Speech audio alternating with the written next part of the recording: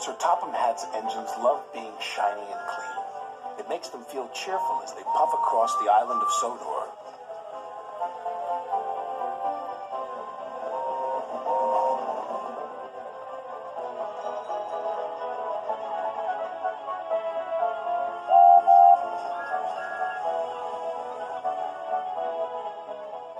Percy often has the dirtiest work to do, but he likes to be clean as well as any other engine. Washdowns are important to Percy. But Sir Topham Hatt had bad news. "Due to a water shortage," he said, "no engine shall have more than one washdown a day. Usefulness before cleanliness," he added, and left. Percy was upset. "I get dirty," he complained.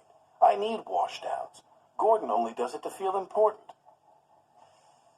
"I am important," Gordon sniffed. "I'm an express engine."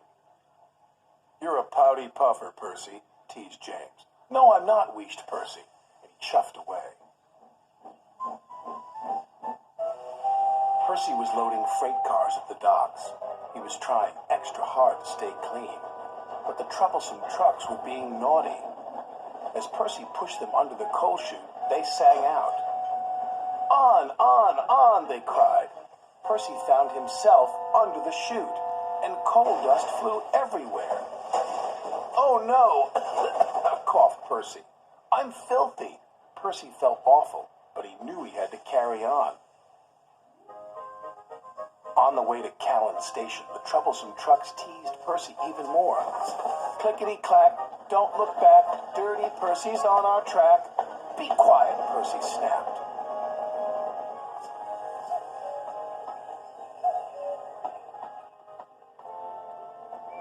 When Percy arrived at Callan Station, he was very upset. "From now on, I am only doing work where I won't get dirty." Harold the helicopter was at Callan Station picking up medical supplies. "Hello, Percy," he called. And he took off blowing cinders and ashes everywhere.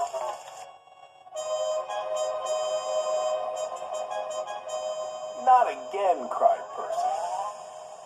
"I want a washdown." "Usefulness before cleanliness," reminded his driver. "I want to be useful where I can't get dirty," Percy huffed. "There's a load of sugar going to the chocolate factory," his driver said. "We could take the sugar cars." "Sugar," said Percy. "That's nice and clean." Percy was pleased.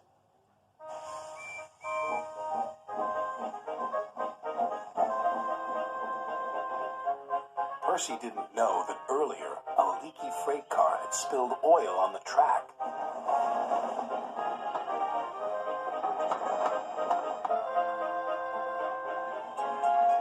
When he approached the chocolate factory, his driver applied the brakes.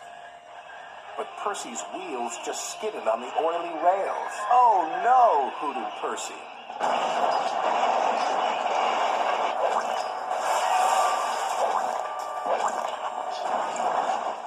"Yuck," he groaned. "I've never been this dirty." He was covered from funnel to firebox in sticky, gooey chocolate. Back at the sheds, everyone thought it was very funny. "You look good enough to eat," Thomas hooted. "Bonbon Percy," teased James. "Chalk ice on wheels," chipped in Henry. "Disgraceful," said Gordon pompously. "Ahem," said a stern-sounding voice. It was Sir Topham Hatt. "You've had a trying day, Percy," he said.